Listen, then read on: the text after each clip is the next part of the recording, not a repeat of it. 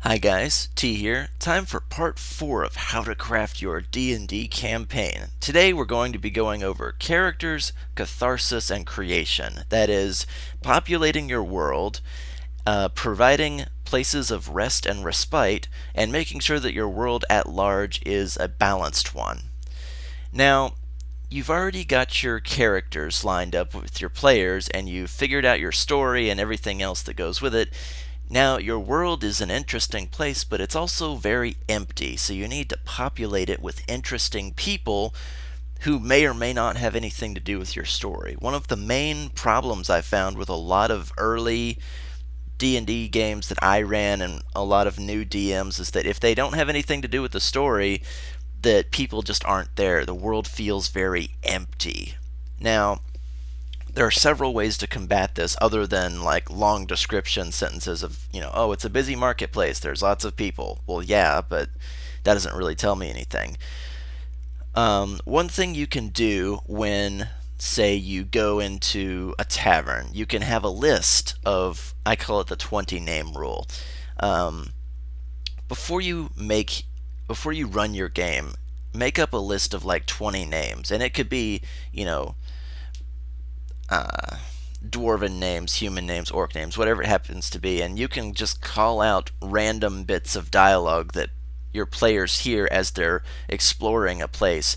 And even just hearing names will make the world feel more populated because a lot of early DMs have troubles running, say, mystery stories or anything because the only people that are there are the suspects rather than, say, the person you're asking for information, the detective, the victim and the victim's family. Come up with a bunch of names, even if they don't mean anything to you or to the players, and say, hey, so and so is the strongest guy in the village, and his wife keeps him on a tight leash, though. Ha, that doesn't have anything to do with anything, but it gives flavor to the place where you are. So if you can drop two or three of these, 20 names every time your players visit a new location, then it gives them, it paints a nicer picture. It paints a better tapestry for them to understand what kind of neighborhood this is, what kind of city this is. If people are always yelling at each other and screaming insults at one another over, the price of bread in the marketplace, then this place is kind of tense and probably, higher in crime. But if nobody's even bothering to, you know, hold on to their coin purse and clutch it to themselves, you'd be able to tell that the people that work here turn over a good profit, that everybody gets along with everybody else. There's not a lot of competition over all the same goods all the time, just extra little details. And I found that names are really a great way to say this.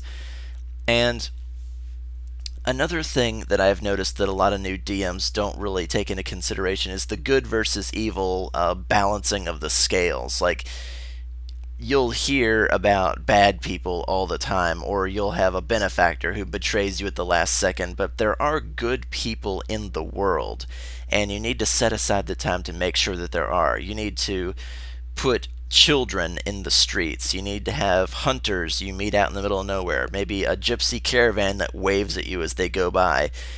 If there's a heavy rainstorm, there can be, an elderly farming couple that lets you stay in their barn overnight and, doesn't charge you a penny. And, that's, a relatively minor thing, but it makes it to where the whole world is not out to get these people, and it should never feel that way because you've put enough people in it for them to realize that, hey, this isn't such a bad place, or hey, this place is beset by evil and it's worth saving because there are good people here. Just help them realize that there are normal people, there are good people. There are assholes out there that aren't going to attack them with a knife. They can just shout insults or refuse to sell them potions because they don't like the look of your face or they don't like the color of your coin. It doesn't mean they're going to cast a death spell on you. They're just a random asshole you met at the marketplace. Fill the world with interesting people. And like I said, come up with like 20 names and put like their race, their occupation, their whatever next to it, and you'll have a ready cast of just a vibrant list of people to fill your world with just on the fly. So you've got 20 people set up, and if they meet five or six of them in a single session, you'll still have a bunch more, and they'll feel like they met a bunch of people, and you have painted this rich picture around them so they know, they get a feel for the place, and that's what's most important. One of the other things that's good to put in is people that are happy to see them. These adventurers don't come from nowhere. They don't appear out of a puff of smoke. So there are going to be, friends, family, childhood sweethearts, old rivals, Gary motherfucking Oak. You hardly ever see him later through some of the cartoons or whatever, but he's there. He's out there somewhere. There's government officials that may have heard of your heroes and are trying to recruit them to do something for good or for ill. There are, servants that they could save from abusive masters, people that worship your heroes. How often does your party visit a town and people have already heard of them? And yeah, you can get half price at the inn and tell us tales of your deeds. We've heard of Regdar the Red and Kojam the barbarian and stuff like that. We want to hear all about the latest, orc raid you took out with just the two of you, or whatever it happens to be. Make sure they feel welcome in certain places, because you've certainly spent a lot of work and a lot of time making sure that they don't feel welcome in other places. So there has to be a certain catharsis to your world. And for those of you that don't know what catharsis means, it's a process of releasing and providing relief from strong or repressed emotions. So all that stress, all that anger, all that negative feeling, you need to have an outlet for it. So whether it be, attending a coliseum, or going to a brothel, or going to church and confessing your sins, or whatever, a hot spring, a kindly old apothecary, inns and taverns.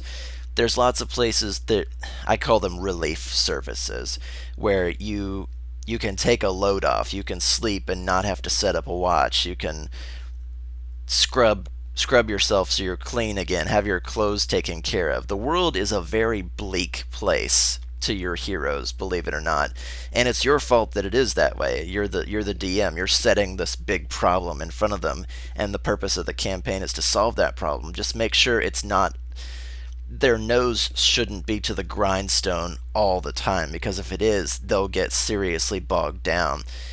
You've got to throw in a field of wildflowers. You've got to balance your world with just as many nice places as there are evil places. And yeah, there are big bad places. Like, you could go to Mordor, and there's not a lot of nice places in Mordor, but just the world as a whole.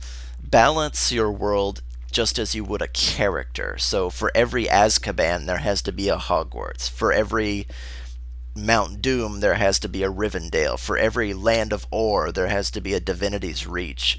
There are bastions of good. There are, farmlands with nice families on them that have been there for generations that are just perfectly happy to see you. There are wishing wells out in the middle of nowhere. There could be, satyrs that are perfectly content to travel with you through a forest so you don't get lost. If one of your female party members flashes him, I don't know. You need to provide just as much happiness as you do danger and drama, so that the world will be more bountiful, more flavorful.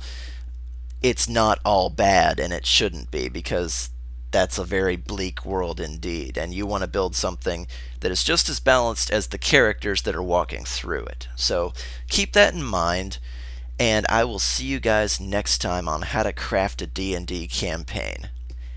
Keep gaming.